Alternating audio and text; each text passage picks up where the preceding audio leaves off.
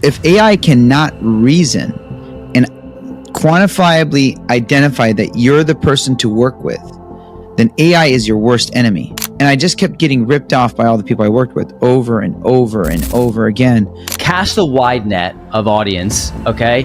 And then sell or bring the value that you want for your specific niche. God has his hand in it. And I always give credit back to God. The quicker that I'm able to connect them with somebody that could benefit them, even if it steps on my toes in my business, it's just, I found that that's naturally reciprocated back. Whatever AI you're using, it's all being quantified. You must start to build your personal brand. Joseph, officially welcome to the Wealth Juice podcast. We're super excited to have you on the show. I've been following you for a little bit now, but I've watched your brand explode. You're like one of the biggest people, if not the biggest people in the mortgage space. I know you have a multiple billion dollar mortgage business. So there's a lot to cover today. But what I like to do is just for you, for people that don't know you, maybe there's some people that are listening that don't, just tell us a little bit about yourself, like who you are and how you got into the mortgage business. That's probably where I want to start. So Joseph Shalaby, I'm the founder, CEO of eMortgage Capital. We were founded in 2015, incorporated in 2015. We started as a DBA in 2011. And, I started in the mortgage industry in 2002, just right out of college. I was kind of cast into the mortgage industry by sheer default. I had a friend that introduced me to the industry. I was seeking academia. I was going to be just a professor was my goal. And then the light hit me and I realized that I wouldn't be able to maintain the lifestyle that I wanted in Newport Beach, just in the academic world. So I immediately sought the mortgage space. What attracted me primarily was the fact that I was immediately able to help people kind of achieve the quote unquote, the American dream and enlighten people that thought that they would never be homeowners, that it was possible. So it attracted me. I found the opportunity to be of service to people. Fast forward 2007, I started my own company, and the reason why I started my own company was called Primetime Financial Consultants. Was at the time in 2002, the industry was just really flexible, a lot of shady characters, and I just kept getting ripped off by all the people I worked with over and over and over again. So as a result, I was kind of forced into starting my own mortgage company. I took my broker's license exam. I was already qualified because I had a bachelor's degree. So started the company, boom, crash happened, 2009. That company folded. I started another company in the loss mitigation space, saving people from foreclosure. So I pivoted into another vertical in the mortgage space. And so I kind of became very versed in the mortgage space from the front end to the loss mitigation end, which was very, very enlightening. I became a certified forensic auditor and just kind of kept growing in the mortgage space with my education. And then in 2011, I started, doing, while I had my loss mitigation company, I started eMortgage as a DBA. And then in 2015, I incorporated it as eMortgage Capital. So I've always been in the mortgage space, a mortgage expert. And one thing that really has defined my success is that I'm a very good sales guy. That is my niche. I'm able to get in front of strangers and convince them to do business with whoever, whatever company I had at the time. So that's been my gift. I haven't been gifted with many different things, but one thing I do have a gift for is sales. I'm a good sales guy. And I've used that strategy now, my sales strategy. I went to college. I was a sociology major. I was a theater minor, and I'm also a failed actor. At 16, I wanted to be a movie star, right? So I failed at that because it was just ultra competitive in Hollywood. So I kind of brought it back, in my 40s. 2 decades later, I brought back my ability to be a theater performer and be an actor. And I used that talent that I had as a youth, and I implemented that into my personal brand development. Now, that's not like anyone can do it. I hadn't done it for 20 years, but that's where, the birth of the branding, Joseph Shalaby, eMortgage Capital, and my podcast and all that that's where I was able to lean in using that talent that I'd studied in college. So that's who I am. I'm a number one mortgage influencer in the world, top mortgage podcaster, one of the top entrepreneurship podcasts I have as well. And then I'm number one best-selling author. That's my book behind me. on Amazon. So Rising from the Sand, make sure you check it out. I'm born in Egypt, came at the age of 5, come from absolute dirt poor upbringing. So I always maintain a third world mindset, and that, poverty mindset sticks with me till this very day. I don't live a lavish life. I don't try to be lavish. I kind of keep things, even keel, maintain, a lifestyle as much as I possibly can. That, doesn't have abundance. I'm not here to be, this flashy guy. I'm just a servant of the Lord. Want to do God's work. I continue to do God's work, and, abundance and this lifestyle, this worldly lifestyle is not like for me. I'm just, I'm Coptic Orthodox. I try to stay very, very rooted in our faith. We're the first Christian church founded by Saint Mark the Apostle. So, we came to America as persecuted Christians, and, as a result of that, I always keep the mindset that, I'm just a bondservant. I'm here to do God's work.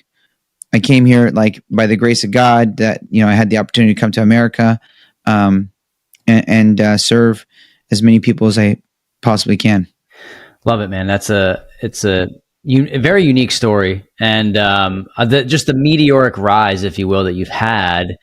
I love the fact that you're not saying that it's something that you're giving it to somebody else, or giving the credit to somebody else. It sounds like in a way, like just when you talk about God. Listen, all credits from I'm not here. I'm standing here because of God's grace. I can't tell you how many times in my childhood while I was seeking my own identity. I started as an entrepreneur very, very young, but at 16 years old, I was doing events, big events, and they were, I would say bottom line, like I was throwing parties, and kind of seeking this like hedonistic lifestyle as a youth. And who knows, I could have been taken off this planet at any time for all the things that I had done as a youth.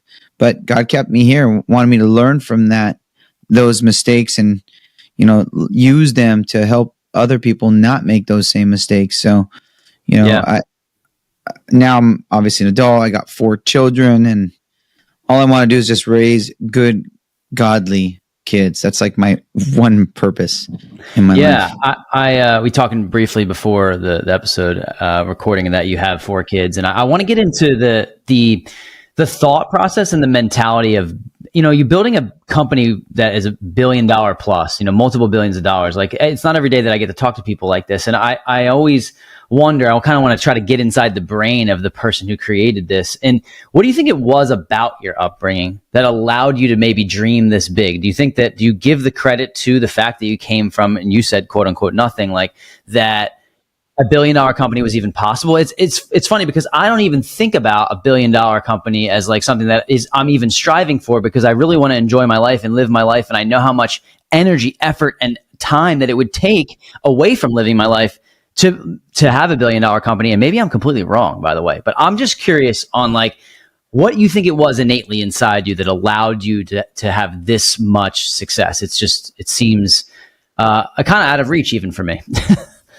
It's not out of reach. It's, and we're still, like, to be candid, we're still in our very early phases of market share, and we're in a very, very good position to continue to kind of grow because the industry's contracting. A lot of people aren't able to survive the interest rates and the current state of the economy. So we're basically becoming the primary back-end ecosystem for most mortgage companies, kind of like a Keller Williams or a Remax or something, but for mortgage professionals. But I always thought big. Like, I always think big. I always think much bigger than, I'm a dreamer by nature. And it wasn't until I partnered with our president, Chairman Sam, that I was really able to like go to the next level, because I'm just a front end guy. I'm a sales guy. I just dream it and try to put the vision to life. So I needed someone who can take my vision, bring it down to more of a realistic, attainable goal, and make it happen. So I've always been, as a kid, I'm telling you, even when I started my first business, throwing parties, I wanted to be the biggest party promoter in the world. I started throwing and it's in my book, my first entrepreneurship venture was throwing, I was one of the first, I would say, I think I was the first person to start throwing like nightclubs at hookah bars.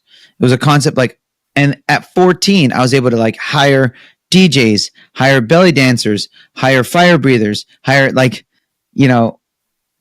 all these different people, hire them and curate the profits. And I didn't know how to really understand balancing profits, but I was like able to fill the room and get tons of people to come in. It's like, and from there, like now hookah bars have parties all the time. It's like a normal thing.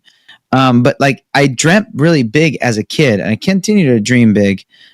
Even when I started this mortgage company, I'm like, we're going to build the best mortgage company. And how it's going to happen, I don't know. But I'll tell you this, God has his hand in it. And I always give credit back to God. And I'm like, use me as a vessel. Now, I wasn't giving credit to God as a youth. I was like, I know that I was just going through the motions. I knew that there was angels protecting me though. But now that I'm aware that God has his hand in my, whatever I'm doing, now I just like, hey, use me as a vessel. My partner would always say, Joe, you've just kind of been born with a rabbit foot shoved up your butt. You'd say that, like, it's not a rabbit foot, it's like, or is it a rabbit tail? One of the lucky ones, is it rabbit foot or rabbit tail? I think it's foot. Yeah, rabbit foot. Like, it's not a rabbit foot. It's just the hand of God in what I do. And now that I have this awareness that God is blessing what, my work, and I just got to give it back to him. So God allows me to dream bigger, and all things are possible with him. So I just continue to dream big. We're very, very much in our infancy. I think there's a lot more for us to do, a lot more business for us to have, and a lot more opportunity for us to help so many more people. Joe, one of the ways that you've created a business this big, and this has happened, I've been following you for a little while now. You have, over just about 1.5 million followers on Instagram. You have on all different platforms. You have millions of followers. You're really, really big on personal brand. And before we were recording, you were mentioning about how this is like a necessity now with AI, having a personal brand. I've been kind of preaching this from my small rooftop too, because it's gotten me connections, business, friendships, all the above, just by putting my message out in the universe and not caring what people think on the back end. I'm curious about your approach to personal branding and why you felt that it's been such a big impact in growing your companies. Yeah, so I'm going to start from the top. Like, it puts me into rooms I would have never thought I would have been in. It opens up so many different opportunities that I can't really quantifiably measure. It allows me to network with and make friendships with people that I never would have had the opportunity to make friends with. But beyond the opportunity zone that it has, it is now a necessity for people to make a decision. People are like, oh, personal brand. Well, it's not personal brand. It's not just, it's your life. And here's what it is. Personal brand isn't just personal brand. Personal brand is AI indexing. We all are excited about AI. Well, that's great. AI is fantastic. Here's the problem with AI now. If you don't have a personal brand, if AI cannot reason and quantifiably identify that you're the person to work with, then AI is your worst enemy. So financial planners, realtors, loan officers, insurance agents, all these people who have neglected personal brand, who consumers now are using AI to make their decision to work with whatever professional, whether it's a plumber, whether it's a handyman, whether it's a loan officer for their biggest decision, and they have no branding. How can AI reason? How can it reason? How can AI make a decision definitively to work with you? If handymen and plumbers have bigger brands than a loan officer, we have a problem. We have a big problem, right? And I can say with certainty, based on all the stages I've went on, that is the case right now. And it's like, it baffles me, because how much of a big deal is it to hire a handyman? Not a very big deal. How big of a deal is it to buy a house. It's a very, very big freaking deal. Those are the people that need to have the biggest personal brands, because that person, like if you talk to ChatGPT, ask who is Joe Shalaby, it'll give you like a ton of data. But you can go to ChatGPT and dial in on my like political opinion, on how I view things. Like there's just hundreds of thousands of hours of my content on ChatGPT. It's not just my personal brand. It's basically transcribed hundreds of thousands of hours of my verbiage. Every word I'm saying right now is being transcribed on ChatGPT, and it will be there for the ages to come. It will be like you can emulate my mind, my thoughts, my views on politics, my upbringing. You could ask it about anything about me, and it will answer it because of how much content I put out there. So everything you say and do and publish now is being quantified by, I don't want to call it the algorithm, by AI. I mean, Gemini, Grok, ChatGPT, whatever AI you're using, it's all being quantified. You must start to build your personal brand, or you will 100%. You will be extinct. You'll be extinct. You can't compete against people who built their brand. It's just impossible. What advice would you give to somebody, Joe, that is starting from scratch and trying to build a personal brand, or maybe not scratch, but just like trying to get it off the ground when they are competing with someone like you who has millions of followers? What do you think? Is it just to be authentically themselves and document their journey? Like, what's the best way to start? Share your story. And here's the thing. Here's the problem with financial professionals. They're like, oh, I posted about the Fed. Nobody liked my video. Like, nobody cares about the Fed video. It's not interesting. You got to post about you. Nobody wants to see mortgage you. Nobody wants to see the realtor you. No one wants to see the insurance agent you. They want to see you. They want to so be funny, be authentic, be humorous, put out stuff that you actually like, that people will follow you for, that people like resonate with. So I like to do a lot of comedy. Like I'm more of a comedian than a mortgage guy, right? And then I do a lot of hot takes now, a lot of like politics stuff, things that are trending, things that I find really fascinating. If I'm doing something, if I'm, looking at content, I'm like, oh, this is cool. I'll just do a video about it, and boom, a couple million views. Or, I average anywhere from 15 to 40 million views a month on content. Average TV channel is 2 million to like a Fox, which is 10 million. Or Fox might get more, but like, a normal TV network, like 10 million, right? 2 to 10 million. But those are just views, passive views. You're not even looking at the content. You're just, maybe it's on the background, right? I get 15 to 40 million views a month of actual engagement. That's likes, shares, comments, follows, and now the beautiful thing, reposts. Like 5 ways to engage with my content. That's a much more impactful way to digest my content, which just think about how much more powerful your content is than running a commercial. So one thing I would say to you is treat your channel like a true TV channel.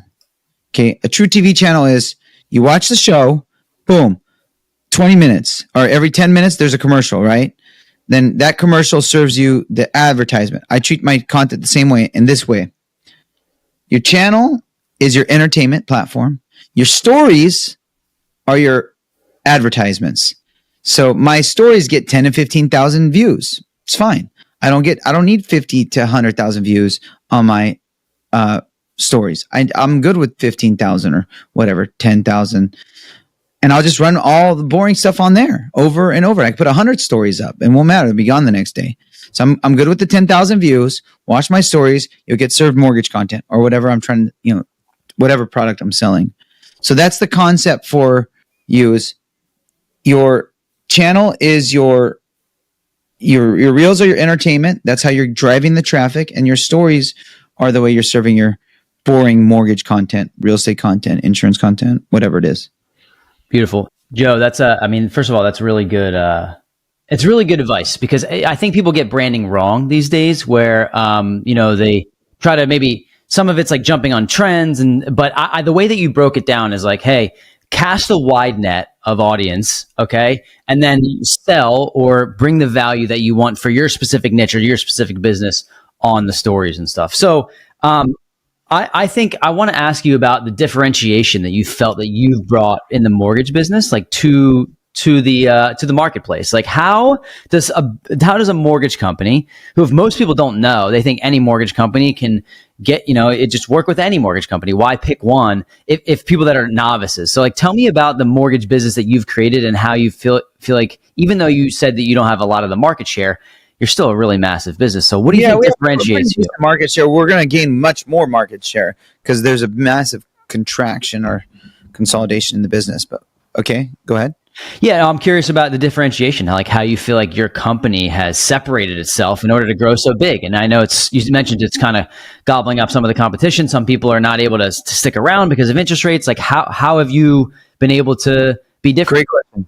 So we are heavily investing in technology, lead gen, marketing, branding, right? And a lot of our competitors are just like, they're just not doing leads, technology. They're not giving their loan officers the opportunity to grow their business. I'm like laser focused on helping my loan officers do one more loan per month, helping them with more leads, more tech, more infrastructure, more automation, more AI implementation, more brand development, more tech strategy, more brand strategy, more infrastructure support, and more training and more coaching, and basically omitting a lot of the hurdles that they have for success. Man, if I had the resources, the tech, the leads, the data that I provide my loan officers when I was a loan officer, and I still am, I'm still a top performer. I don't even know how successful I would have been as a loan. I would have never wanted to do this. I would have just been closing so many loans all day long, like I would have just been slammed just doing loans, 20, 30, 50 deals a month.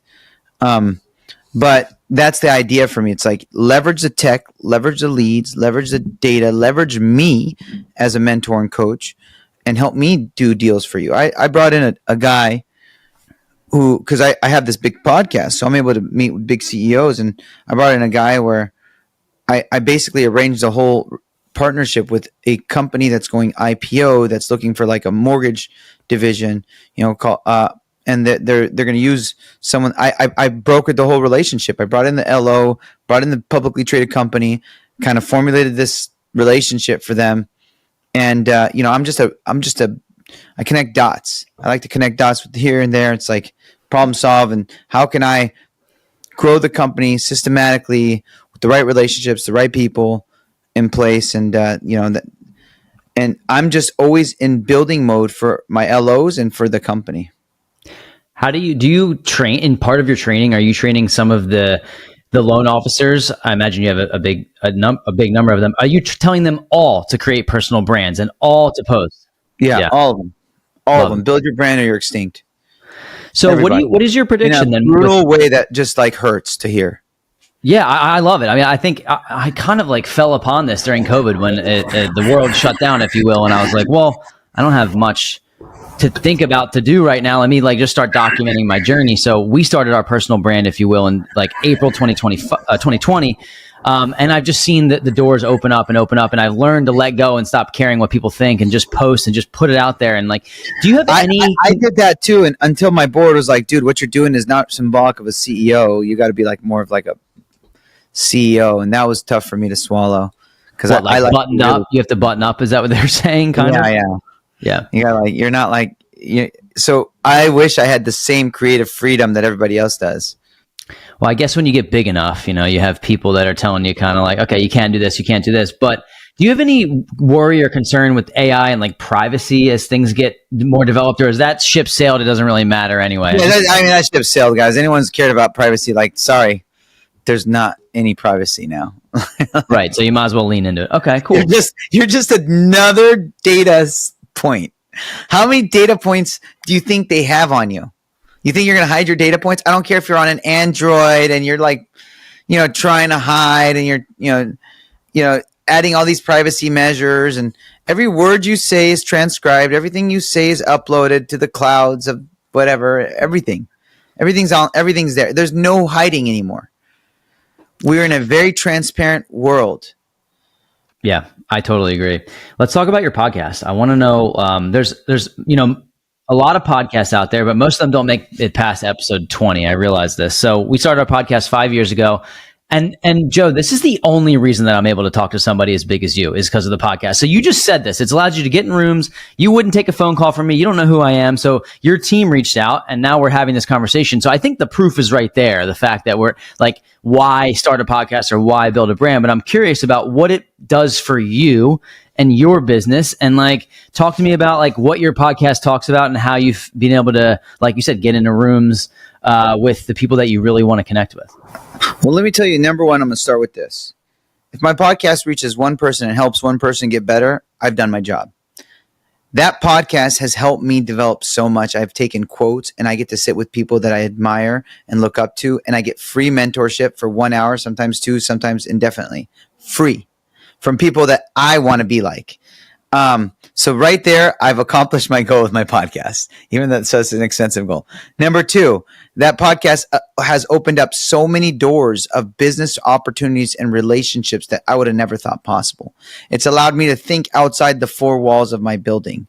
It's not really 4 walls because we're virtual. A lot of it, we have thousands of people, but you know, I don't think just mortgage now. I don't think in the one context of like financial literacy or financial obligations, or, you know, it's like now I'm like a very well-rounded entrepreneur, and then I get to serve that content, put me in the thought leadership space concurrently while I was doing like a lot of entertainment space. So it allowed me to be a true thought leader.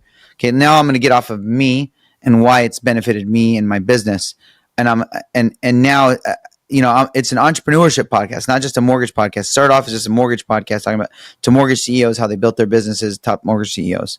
And then I pivoted. So it allowed me, by the way, build relationships with all my competitors, all as friends.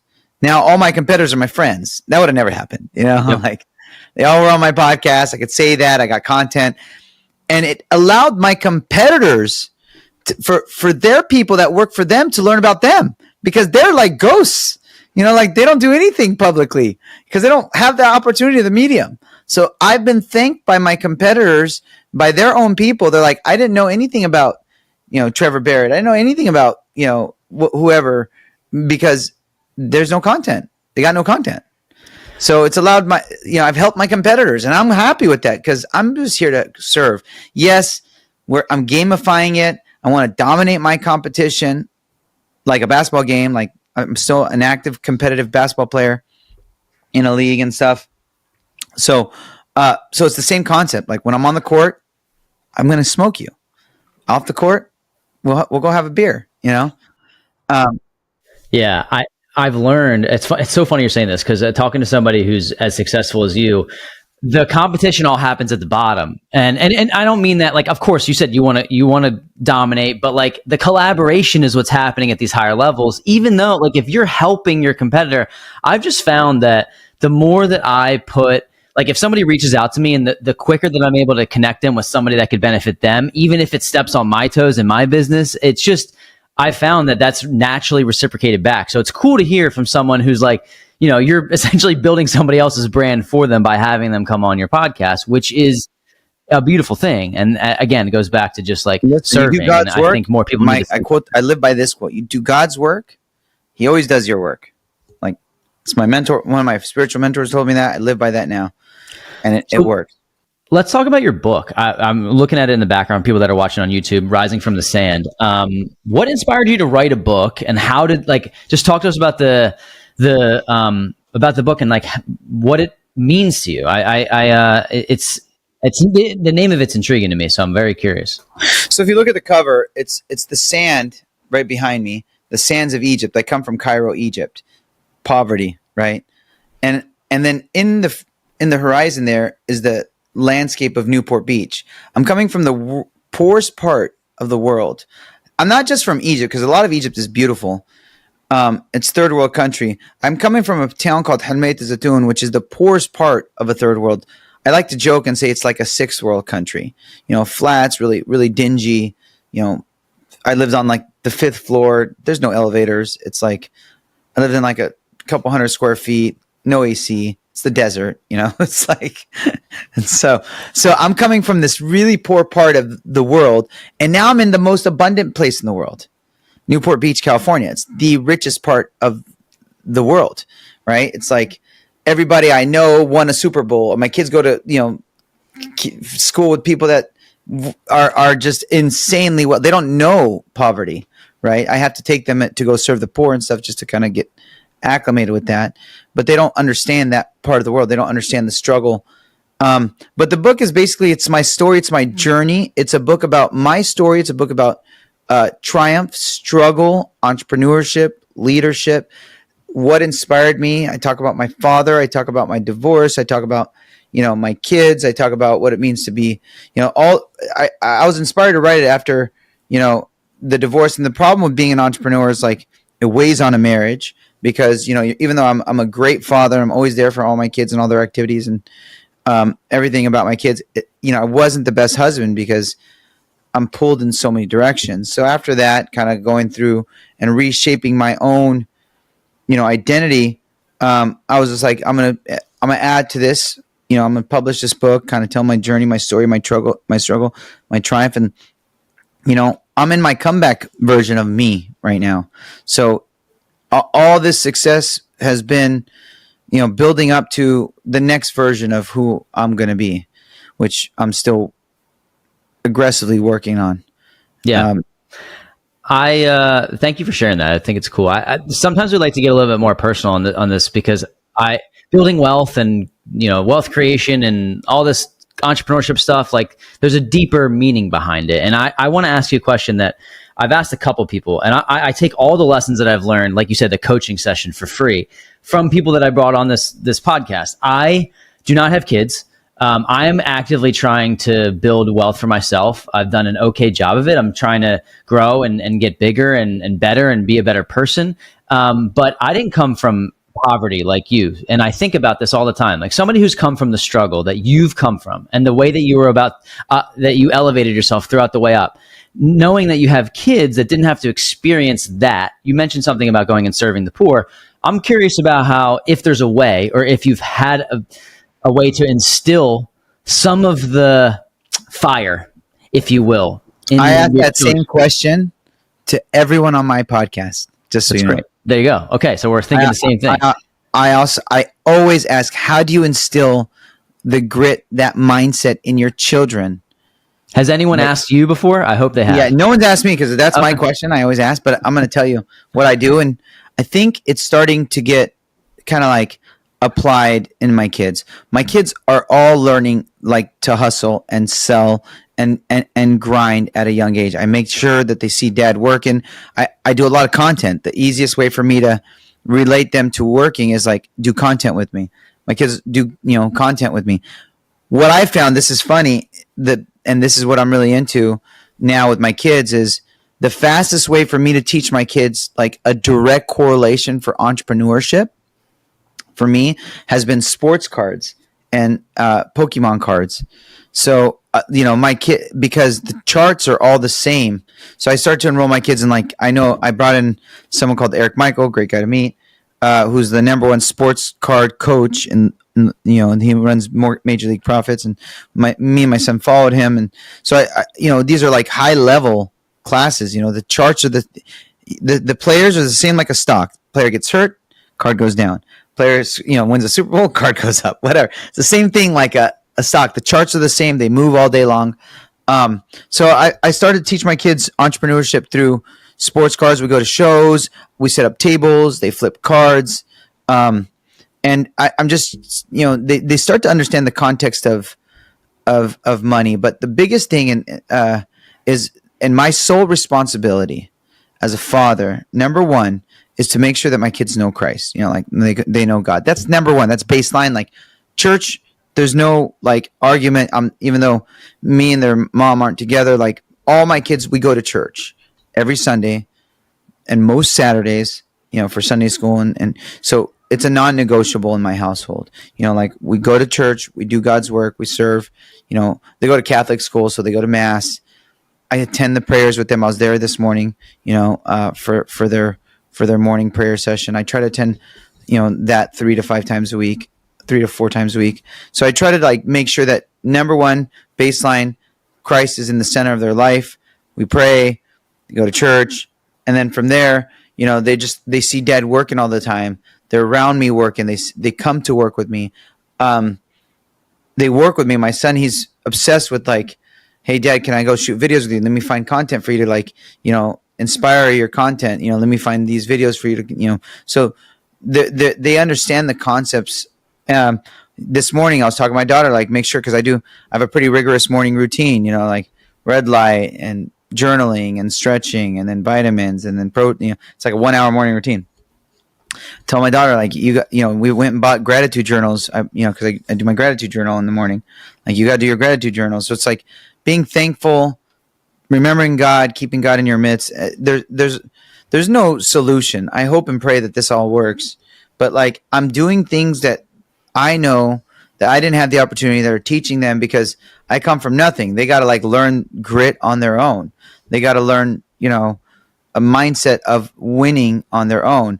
They're very, very disciplined. They're in work. They go to their calendars are just like mine. From 8 to 3 is school. 3 to 5 is, sports. 5 to 7 is studying. 7 bedtime. It's like boom. Yeah. I think that was a great answer. I really was just genuinely curious about that, because it's a challenge, I imagine, for anyone who's seen success. Sure, because they don't have struggle. Yeah, and you have to fabricate the struggle. So it's like, but that's great. I think that's how they learn it. One of the last questions I have for you is, I've just noticed talking to people who have quote unquote made it. Which, by the way, you probably don't feel this way. Made it. I'm still in the. I know. I knew you were going to say that. I knew you were going to say that, but like from the outside looking in, you still have that, like this fire. You have $1 billion company. You have millions of followers. You have, a lot going for you. I'm curious, what are your future goals? And maybe you said you're figuring that out right now. Like, where does this? I know that's like a continuous improvement thing. That's what entrepreneurship is. There is no end. But I'm wondering about where you'd like to be 5 years from now. Where do you see yourself? Where do you want to go?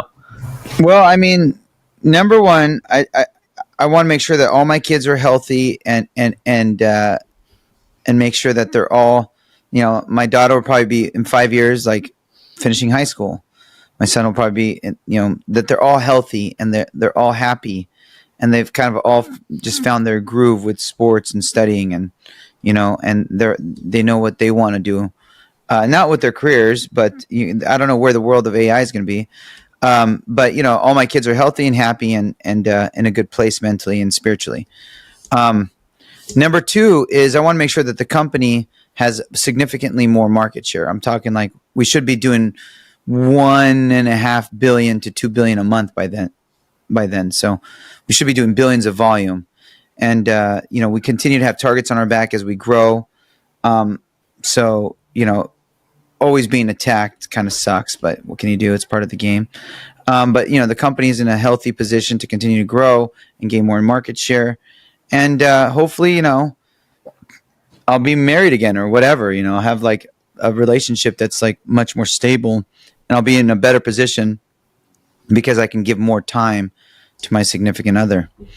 Money's not the chase for me. I have more money than I need right now. So I want to be in a place where I can serve and do more charity and more philanthropy in 5 years. That and hopefully like start to kind of kick off my foundation to have much more of an impact.